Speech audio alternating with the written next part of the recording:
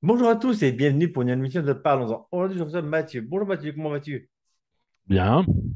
Alors, Mathieu, tu es médiéviste, donc tu fais, on va dire, particulièrement le côté viking aussi, un peu fantastique, tout ça. Mais ce que j'aimerais, c'est tout, c'est peux-tu nous en parler de ta passion, de cette flamme qui t'habite?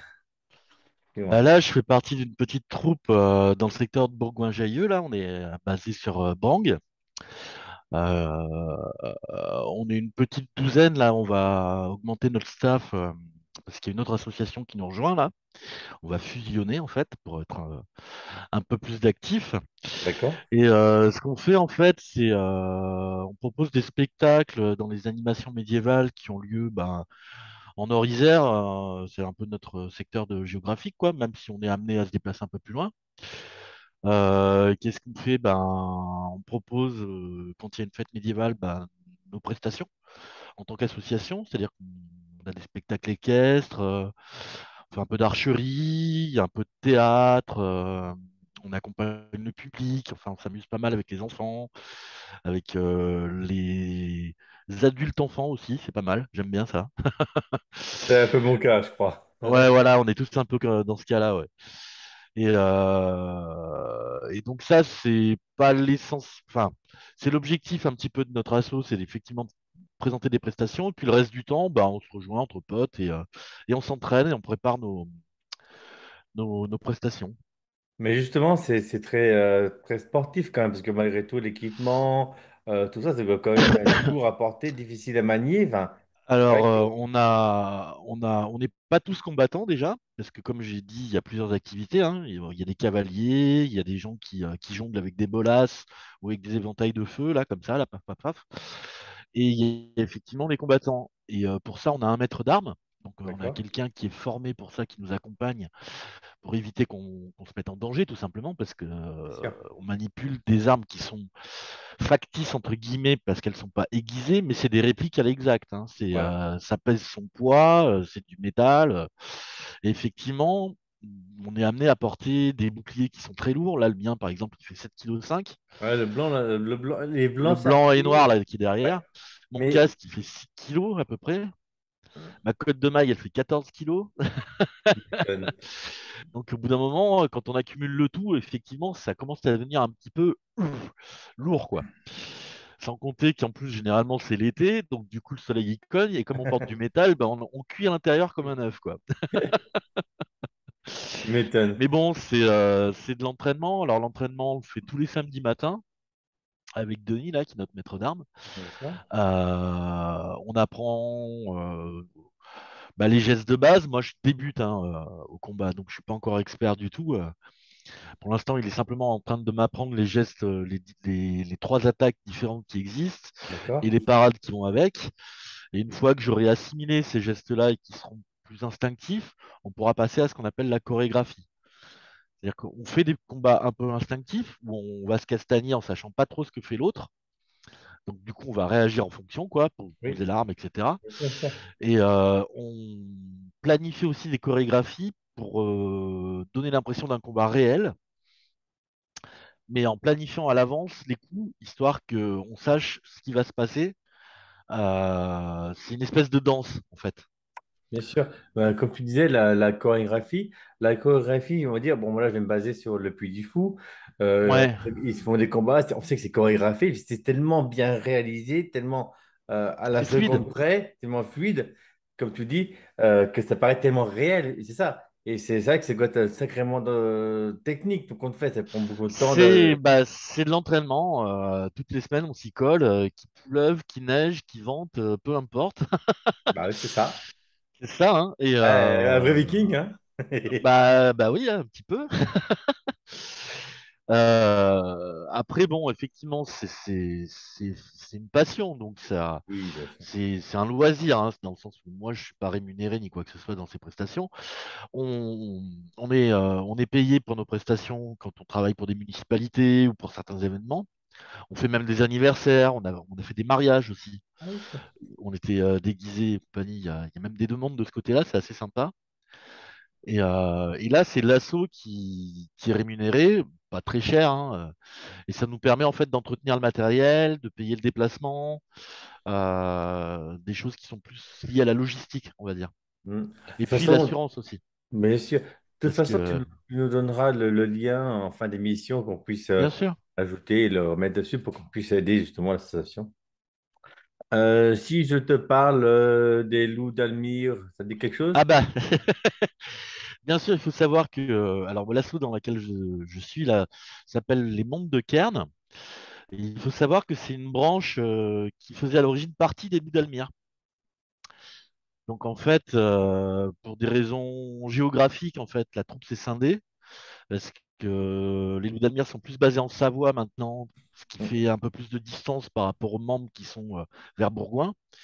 Et Marie, la présidente, a décidé avec quelques-uns des anciens des Loups d'Almire de créer sa propre troupe il y a 2 ans et demi, 3 ans maintenant, à peu près. Donc c'est une troupe qui est récente, hein, mais qui a quand même de l'expérience vu qu'ils viennent des Loups d'Almire, pour pouvoir continuer leurs activités dans leur secteur en fait. D'accord. Alors avec le Covid, ça a été un peu compliqué pour Marie et ses copains parce que comme en plus c'était une troupe naissante, bah ça a pas aidé du tout quoi. C'est ça. Je Ils comprends ont même bien. pensé à arrêter les activités l'année dernière parce qu'il n'y avait pas assez de membres, pas assez de bonne volonté, on va dire. Puis cette année, là, avec mon apparition, par hasard, hein, comme ça, on va pas dire que c'est grâce à moi, mais un petit peu.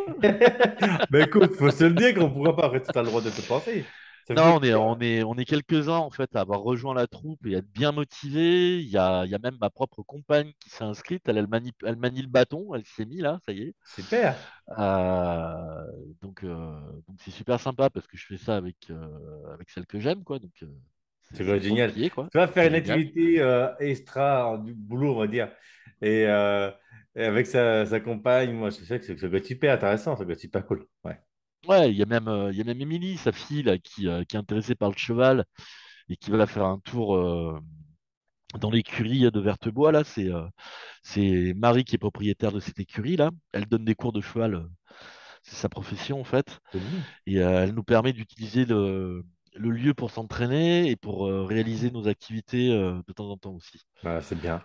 Ça, elle est super cool de ce côté-là, quoi. Ah bah, écoute, quoi, ça doit être super pratique. Je dirais encore une autre phrase. Et si je te parle de Kaliderson, ça te dit quelque chose?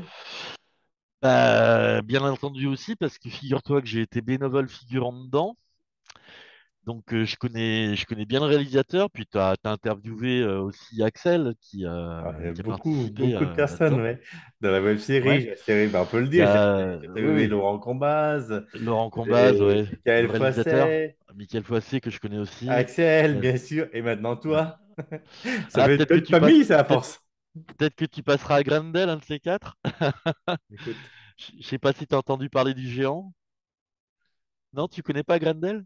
Non, mais ça viendra un Axel t'en jour. a pas parlé? Bon, bah alors je te présente le phénomène. Il fait 2,15 m.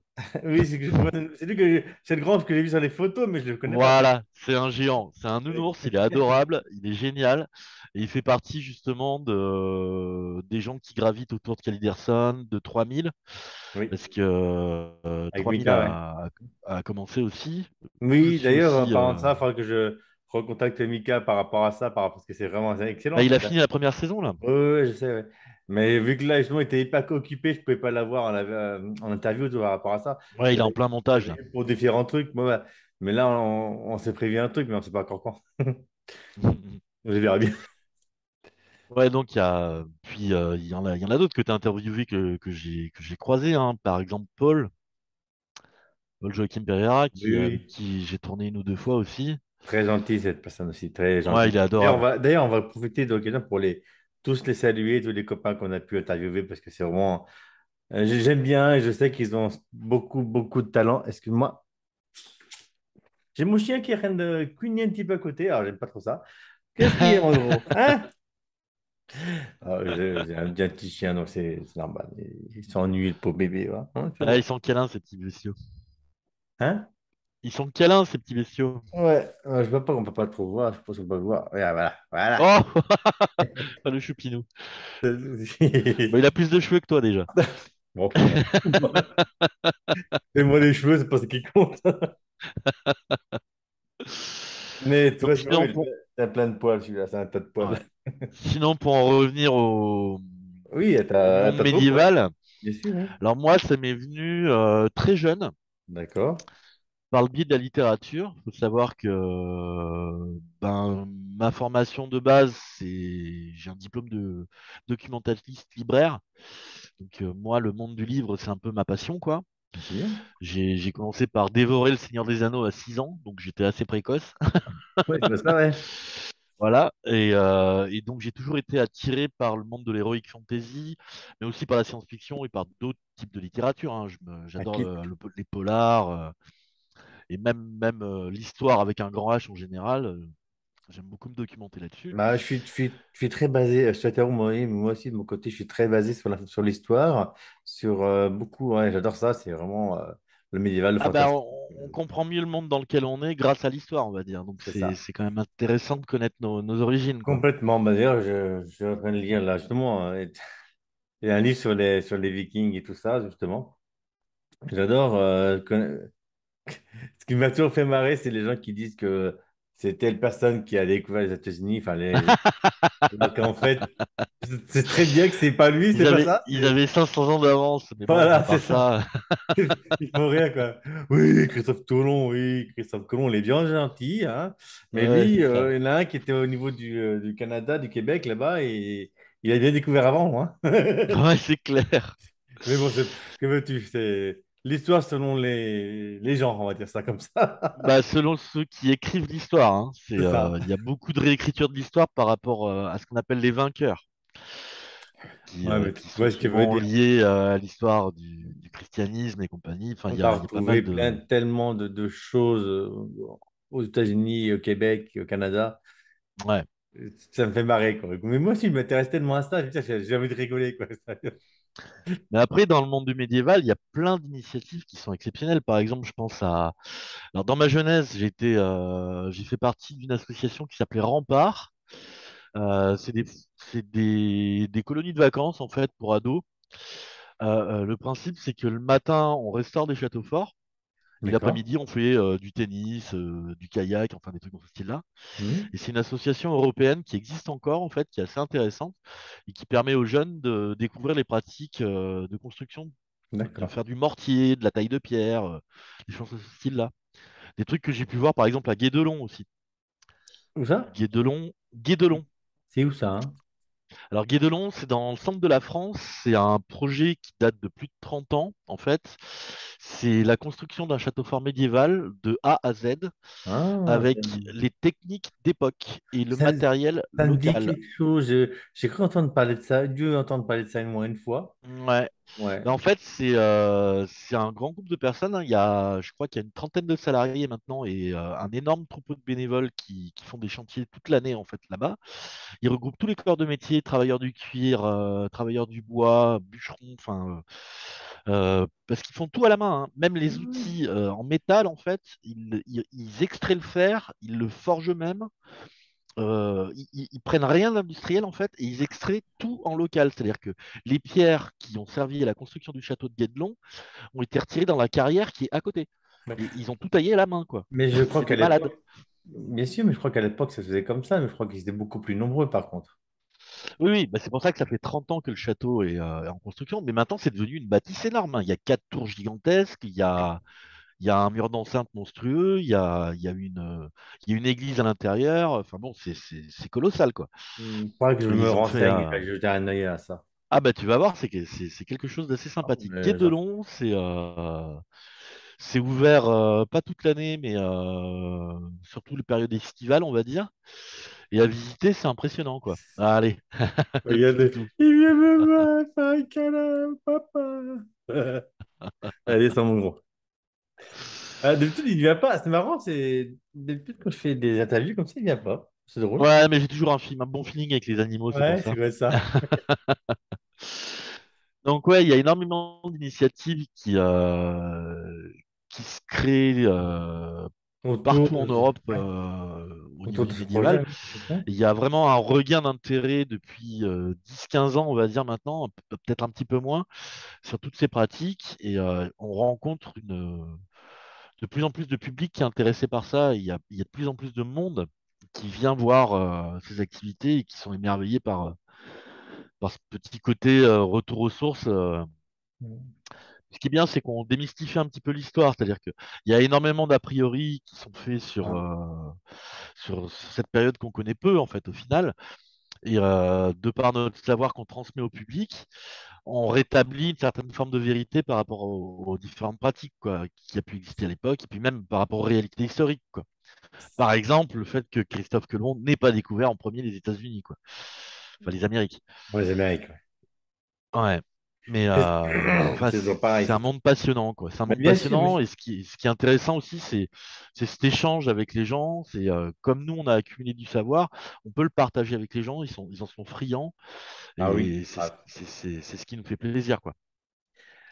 Dis-moi, donc il y a eu, donc, comme tu as dit, il y avait eu le Covid, il nous a beaucoup bloqué pour les activités associatives, pour les déplacements, pour tout ça. Ouais. Maintenant que ça va mieux, même s'il y a quelques retours, tu vois, c'est pas aussi grave que ça ne l'avait été. Bah, ça reste assez grave, mais disons qu'il Mais y a moins de restrictions au niveau des c'est ça. activités publiques. La maladie reste grave, on est d'accord, mais Ouais, il faut quand même faire attention, il faut toujours prendre les gestes barrières, etc. Toujours le tout répéter, à parce fait. que les gens, le problème généralement, c'est qu'ils ont oublié, voilà, pour eux, il n'y a plus rien. Donc Mais les c'est pas barrières, vrai. les C'est pas barrières, vrai. ils Il y a sont encore mis de beaucoup d'activités. côté. Alors que les gestes barrières doivent continuer à exister, faire attention, se laver les mains, pour On est bien d'accord. le gel, tout ça, etc.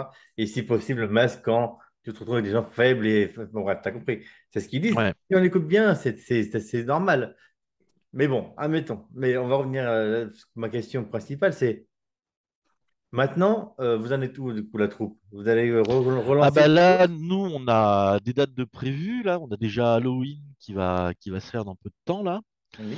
On a une date le 3 décembre aussi qu'on a prévu. On a commencé à planifier un petit peu des choses pour 2023, en sachant qu'on n'a pas totalement booké notre planning. On est Non, encore bien sûr. en négociation avec certains événements.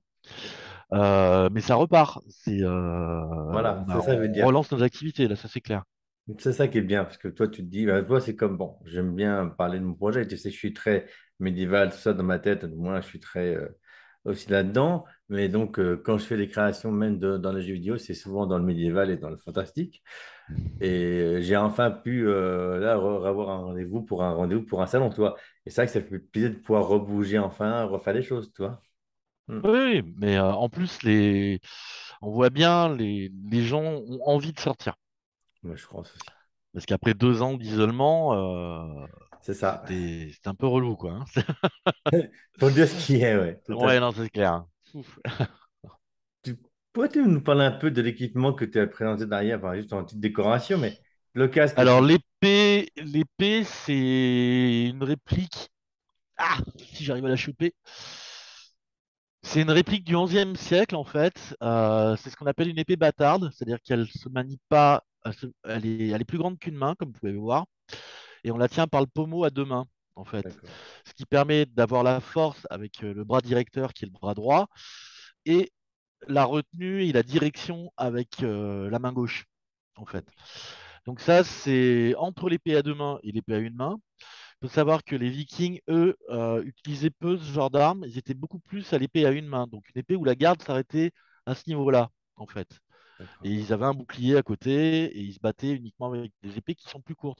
L'épée à une main, il y a à peu près ça de moins de distance. d'accord, Alors l'épée bâtarde, je l'ai pris parce que pour l'entraînement, comme le maître d'armes nous entraîne, il a dit qu'on devait commencer l'entraînement avec une épée à 2 mains ou une épée bâtarde pour apprendre. Donc c'est pour ça que je suis pas à l'épée à une main. Parce que normalement, en tant que viking, je devrais porter une épée à une main. d'accord, Mais dans le terme de l'apprentissage, je suis obligé de passer par ça, en fait. d'accord. Le bouclier qui est là, il est absolument pas historique. C'est une repro d'un dessin que j'ai trouvé sur Internet et que j'ai appliqué parce qu'il y a 2 loups dessus. Il y a le Furtark, hein, c'est l'alphabet runique nordique. Oui. Mais il n'est pas du tout historique. Hein. Ça n'a jamais existé, ce genre de truc. Hein. Non, je pense que ce C'est- beau clip fait penser, moi, à un jeu vidéo, pour te dire la vérité. Ouais, non, mais Mais dans le type Nival, hein, d'accord. Et puis il le le casque, fait bien, il est joli, ça plaît pas mal. Et bien. le casque, lui, c'est aussi une réplique d'un casque qui a été trouvé, je sais plus, en Norvège, je crois, ou un truc dans ce style-là. Donc ça, c'est aussi un casque du 11e. Il est moins lourd que l'original, même s'il pèse quand même son poids, hein. Oui, bah oui. Ça, c'est un casque qui est aussi fait pour le combat, c'est-à-dire qu'il peut encaisser des chocs. D'accord, oui. Bon, pas des coups de marteau, on va éviter hein, quand même. Mais un coup d'épée avec ça, je sens rien, quoi. D'accord. C'est costaud, quoi. Il n'y a pas de Bien. souci. Le côté maille protège la gorge, Mm. comme vous pouvez voir. Voilà. Et il y a le nasal aussi qui protège bien entendu bah, le nez et une partie des dents aussi. D'accord. Donc, ça permet de se protéger un petit peu, quoi. Pour finir, j'allais dire, j'ai une question. Enfin, comment tu réagis, toi, quand on représente les Vikings avec des casques à cornes et tout ça, comme dans, Ah, ça me fait doucement rire. comme dans les Ça n'a dessins jamais animés existé. Ça ou n'a des... jamais existé. Faut même savoir que les cornes à boire qu'on porte tous, hein, parce qu'on a tous une corne à boire et compagnie, ça non plus, c'est du mythe. Ça n'existe pas. C'est pareil. On aime bien mettre des fourrures dans le dos pour faire style, on a des peaux de bêtes et compagnie.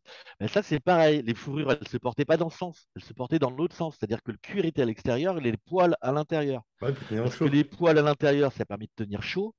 Et le cuir à l'extérieur, ça permet d'être imperméable. Si on Exactement. fait l'inverse, bah, ta fourrure, elle est trempée, C'est ça. elle pue le chien mouillé, tu vois, Toi, ça fait rire souvent et cette elle sert histoire. à rien, quoi.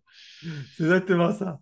Ça fait trop rire. On le voit souvent avec des grosses cornes, tout ça, avec les énormes. Ouais. Je vais Oh, devoir te tu les laisser, classiques. malheureusement, parce que j'ai un rendez-vous qui arrive sous peu, là. Oh, mais t'inquiète pas, c'était bientôt fini. Justement, je vais Ouais. te dire, pour finir notre interview, notre entrevue, j'allais dire, est-ce que tu as, un petit mot à dire, quelque chose à dire encore avant de partir et surtout, bah, c'est des dates à donner encore, rajouter les choses. Je ne sais pas, mais vite fait, quoi. Si t'as Bah alors, n'hésitez pas à passer voir le site Facebook des mondes de Kern, hein. C'est monde comme les mondes, M-O-N-D-E-S. Et Kern, c'est K-E-R-N. Vous y trouverez toutes les infos, les activités qu'on propose.